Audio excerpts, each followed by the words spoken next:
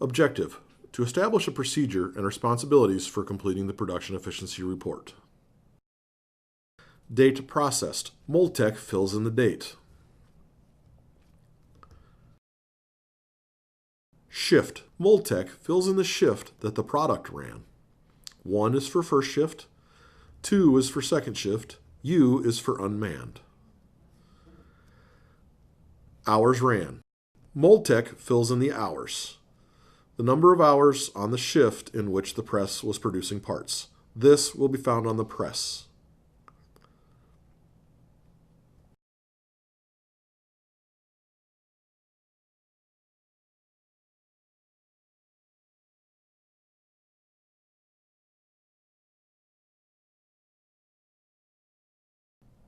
Parts ran, actual. Circle 20. Moldtech fills in the number of parts run, the quantity of parts produced in the shift. This number is derived from the number of parts that were weigh counted during the shift. Parts per hour. Moldtech fills in the average quantity of parts produced per hour. The average is derived by dividing the quantity of parts produced by the number of hours ran.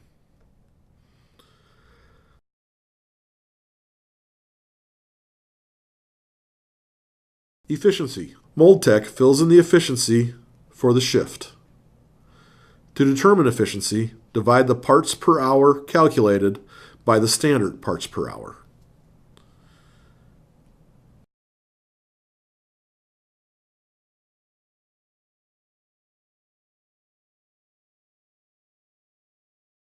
Total parts ran. Moldtech fills in the number of parts that has been produced at that time. This number will increase on the form as the production order runs.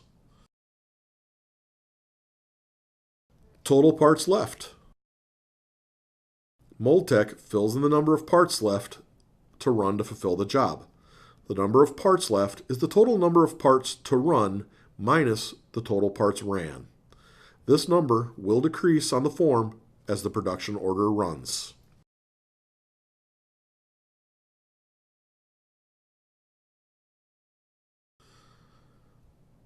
Total hours left. The hours remaining for the job to be completed. This is calculated by dividing the total parts left by parts per hour. This number may vary from shift to shift depending on how it ran during the shift. Downtime, machine problems, dryer, etc. Estimated date to completion. The Moldtech must enter the estimated date the job will be completed. Record the day. This is computed by taking number of hours left divided by the total production hours available per day.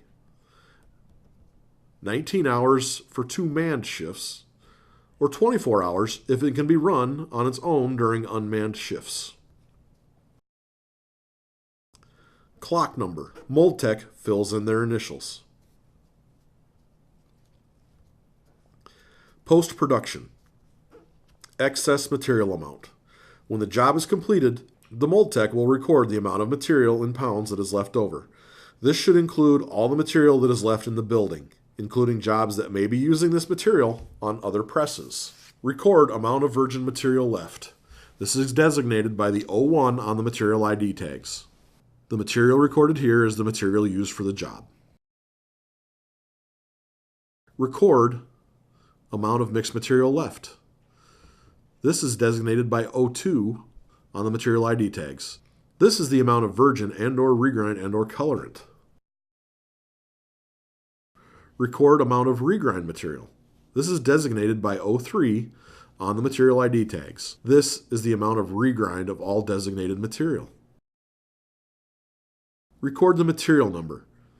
This would be the O1 designated number. This will be recorded as Anchor's part number. Record amount of color concentrate if used. This is designated by the O4 designator. Material lot. If there is excess material after the job is complete, the Moldtech will record the 4-digit lot number of the raw material. If there are multiple lot numbers, they should be recorded as well. Failure to adhere to the procedure may result in corrective and/or disciplinary action, including but not limited to suspension and termination.